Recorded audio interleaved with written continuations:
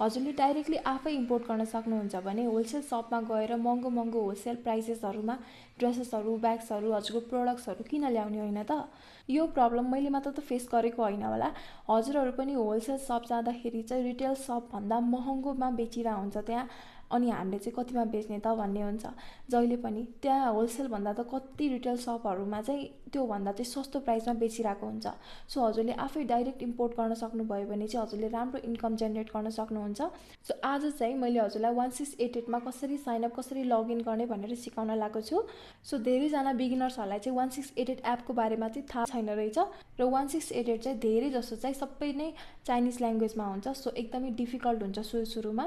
So त्यो difficult हुनुपर्ने चाहिँ केही पनि छैन, सबै इजी छ। आजभोलि त एआईको जमाना भइहाल्यो होइन, एकदमै इजी छ। एआईले गर्दा पनि लगइन साइनअप गर्न एकदमै इजी छ। तर पनि मैले आज चाहिँ इजिली हजुरले कसरी लगइन गर्न सक्नुहुन्छ आज म सिकाउन लागेको छु।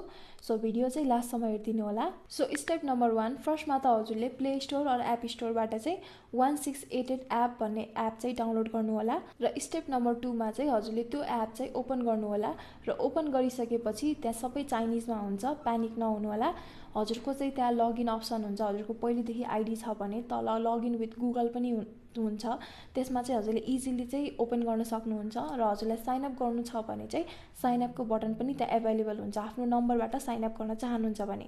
गुगलबाट त एकैचोटिमा भयो, तर हजुरले चाहिँ आफ्नो नम्बरबाट साइनअप गर्न खोज्नु भएको छ भने चाहिँ त्यहाँ साइनअपको अप्सनमा क्लिक गर्नु होला, र साइनअपको अप्सनमा क्लिक गरिसकेपछि स्टेप नम्बर 3मा चाहिँ त्यहाँ हजुरले साइनअपको बटनमा चाहिँ क्लिक गरिसकेपछि चाहिँ हजुरको त्यहाँ कन्ट्री कोड अनि हजुरको नम्बर हाल भनेर आएको हुन्छ भेरिफाई गर्नको लागि।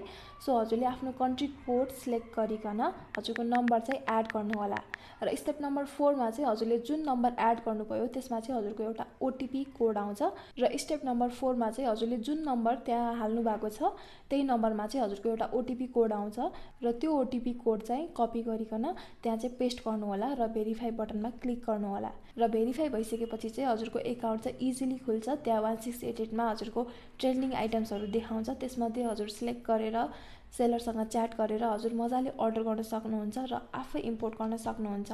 सो एकदम धेरै इजी छ 1688 एप साइनअप गर्न, लगइन गर्न। सो एकदम धेरै इजी छ। सो हजुरलाई चाहिँ 1688बाट अर्डर कसरी गर्ने भनेर भिडियो चाहिन्छ भने एकचोटि कमेन्ट गरिदिनु होला, र मेरो भिडियो चाहिँ हेल्पफुल लागेमा प्लिज लाइक, सेयर, सब्सक्राइब गरिदिनु होला। Thank you.